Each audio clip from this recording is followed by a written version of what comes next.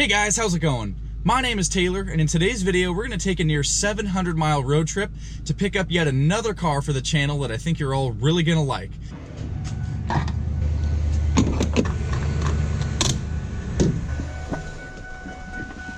Alright, just finished fueling up. We're going to go ahead and hit the road. It's right about 6 o'clock. Yep, and we're going to get some breakfast here, so we're going to go ahead and hit the road. And yeah, so I guess we'll do a time lapse of the trip.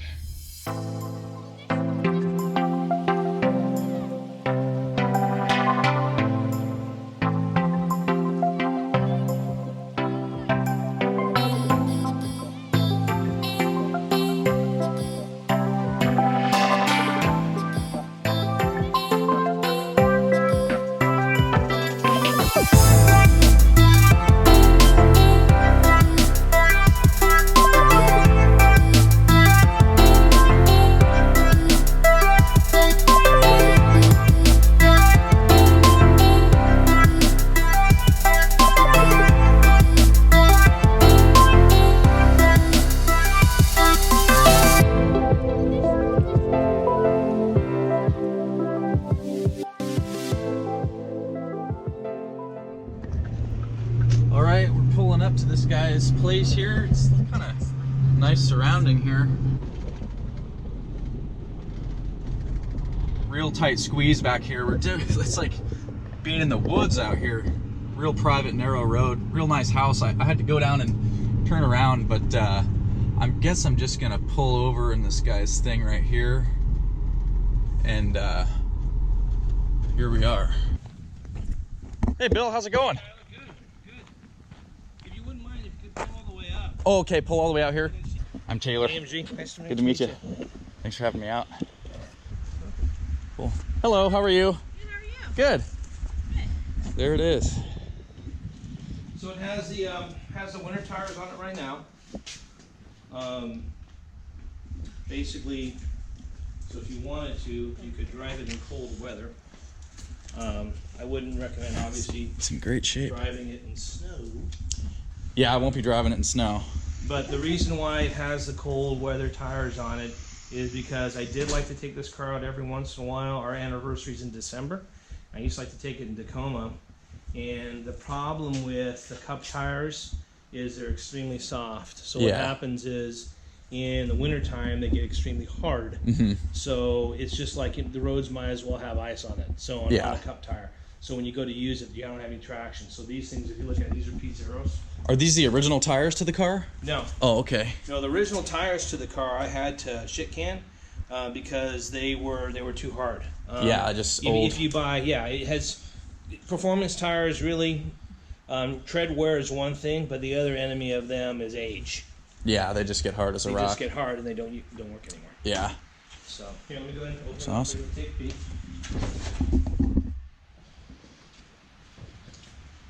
Yeah, it's in great shape. So you've had it since 2016? God, I can't remember. I guess so. It sounds possible. Right? Cool. That's beautiful. But I don't know if you've had. Hopefully, you've had the opportunity to look at other cars. I hope you have. Just on the internet, but because when I was talking to you earlier, it was like, man, please go see those other cars, and then come see this one because there's the attention I had, the detail, and the way I take care of my cars. You're gonna understand why I was fairly firm on the price. And just the little things like these all have had these stainless steel fasteners put in. All the places that are plastic fasteners before on the entire car has those now. okay. Just things like that. Little nuances. The K&N intake has been done. Oh, there's a filter like in there. Yeah. Cool. Yeah, little things like that. Yes, it's in great shape. It's got. This car also has a backup camera installed. They didn't have a backup camera on them. Over the plate there. Oh, there it is. It's cool. Yep. Quad tips. So it has a backup camera in it. And this has the mild to wild, right? Right now it's set up on wild. Okay. So and it's because I came from a car, I had an SRT8 before that had exhaust on it. So when I first got this car, I thought it was too quiet. Yeah.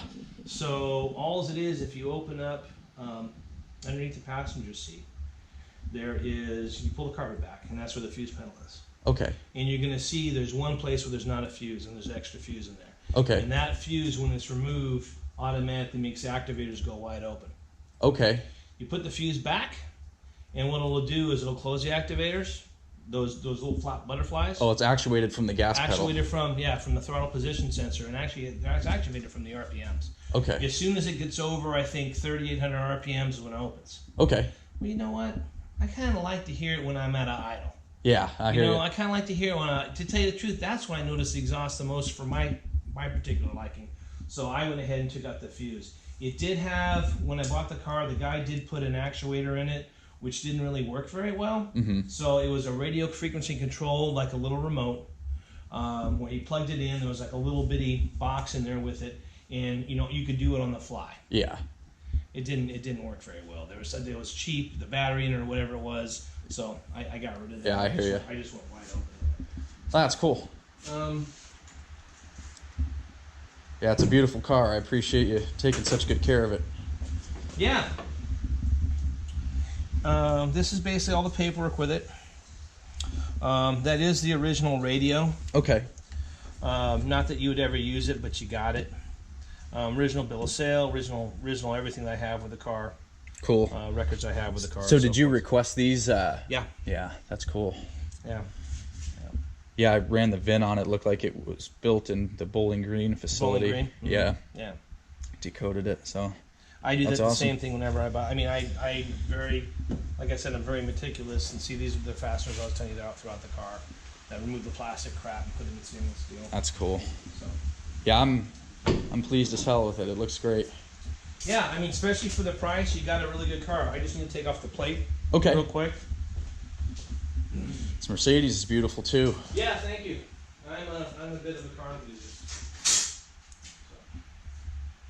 All right, well, I'll grab you some money, and if you don't mind, let's pull it outside just so I can look at the other side real quick, but No, go ahead. I'm sure it's beautiful.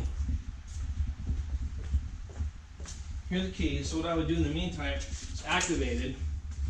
So what you want to do is just leave them in there, because if you walk away Okay, with it'll just fire right up. Yeah. So I usually put them in the cup holder cubby. Yeah.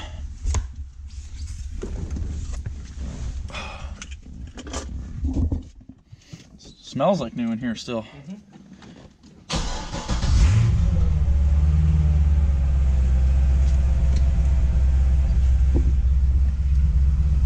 This is sweet.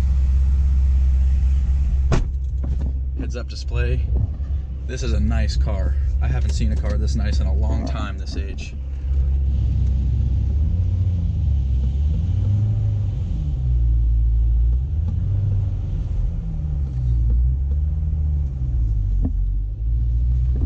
I'm gonna get this thing loaded up, guys, and give this guy some money, but I can't wait to show you this thing more in depth here when I pull away. This thing is unbelievable. All right, guys, I'm like speechless right now. This car is so incredibly nice. This guy just took the best care of it you could imagine. Super meticulous guy, very nice. His name is Bill. But here's the car. This thing is just sweet.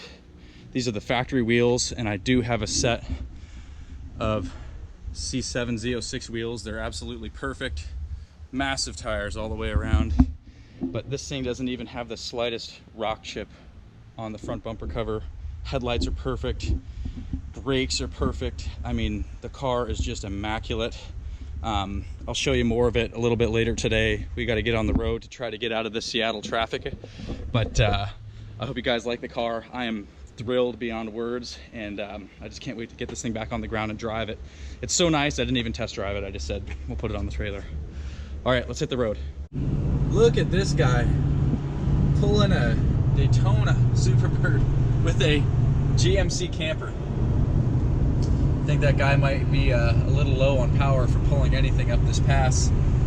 But yeah, we're making good time. We finally got out of that traffic and had to fill up for fuel.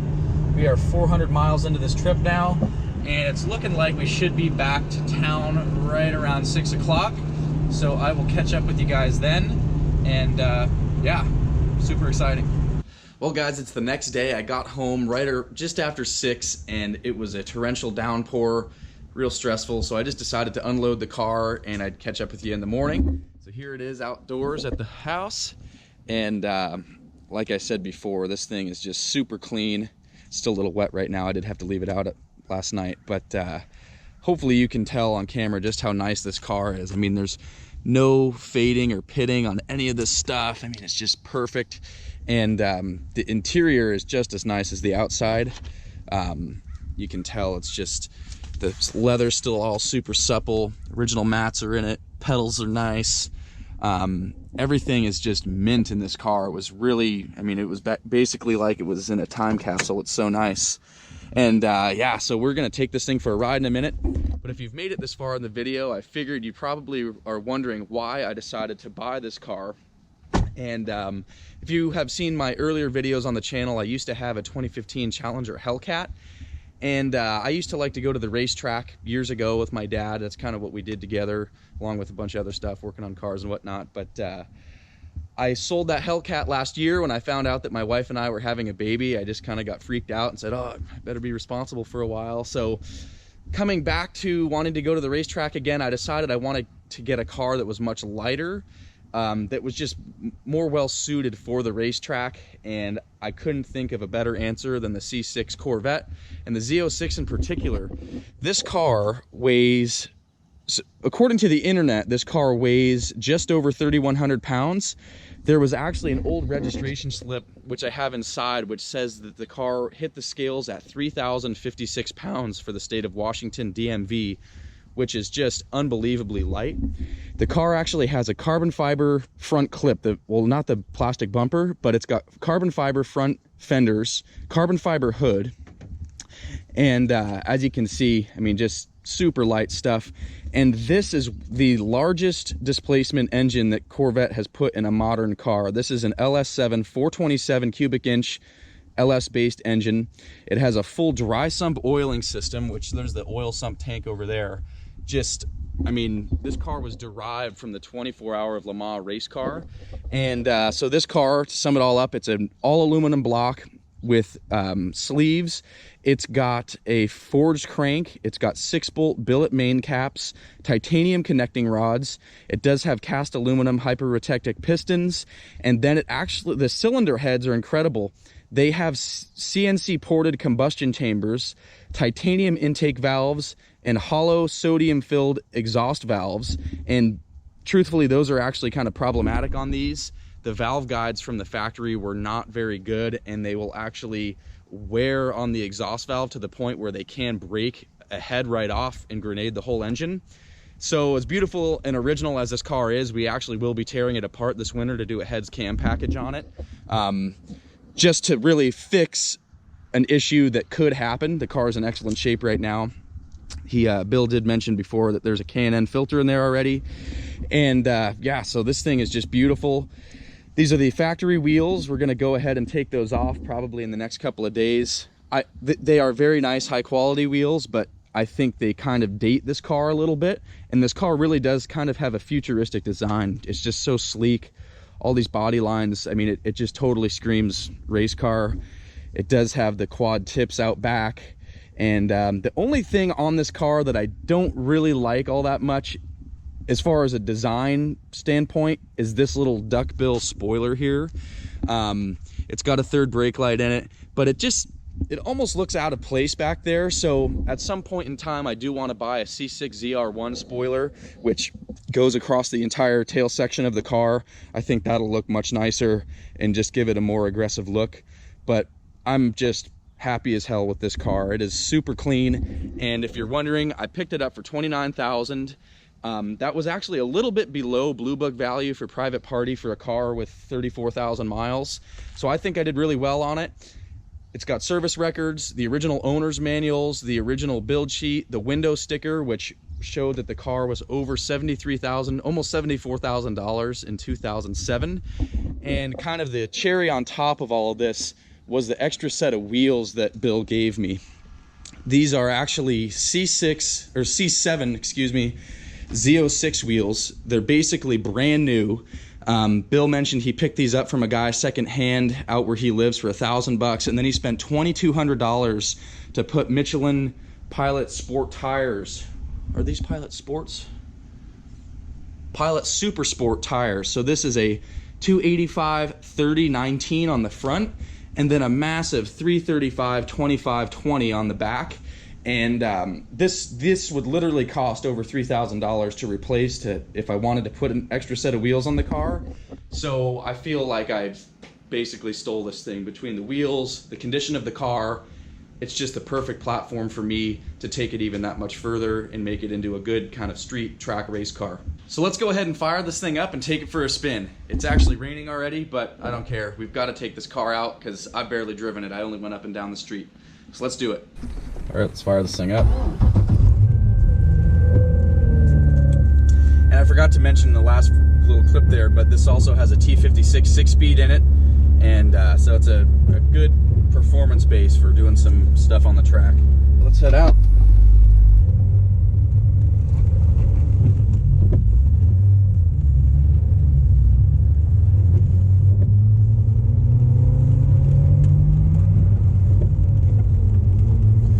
I forgot to mention also, this thing has a short throw shifter in it already, so that's a nice touch as well. White knob.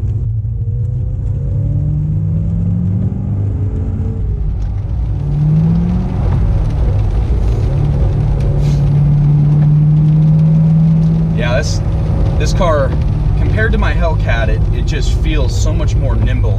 That's an incredibly heavy car, has a ton of power, nice drivetrain in it, but the thing weighed almost 4,500 pounds, so it felt like a lot of rolling mass going down the road for sure.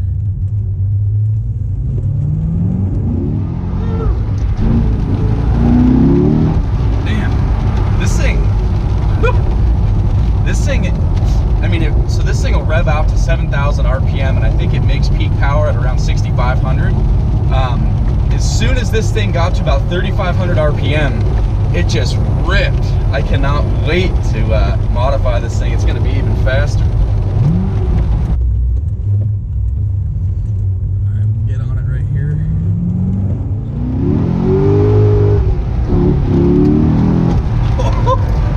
Damn, this thing got bent out of shape pretty quick.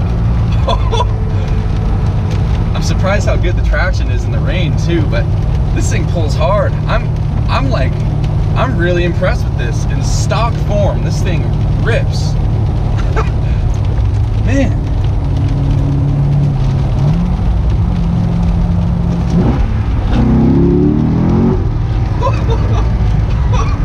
Oh my God.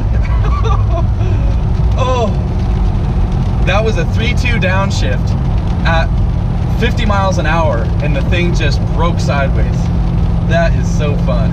I think Chevrolet did a really good job on this car when they built it, and I can't believe I haven't owned one sooner.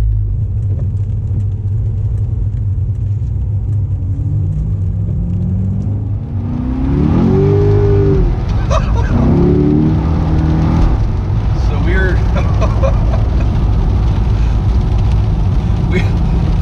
This thing was just spinning up to 70. I gotta go home. I'm gonna get in trouble. This is unreal, guys. I didn't even drive this thing before I bought it. I just knew it was nice, but oh my God, this thing drives so well, and it handles the power just incredibly. It's just, if it breaks loose, you can steer it. It's got all that weight out front. I mean, this thing is just unbelievable.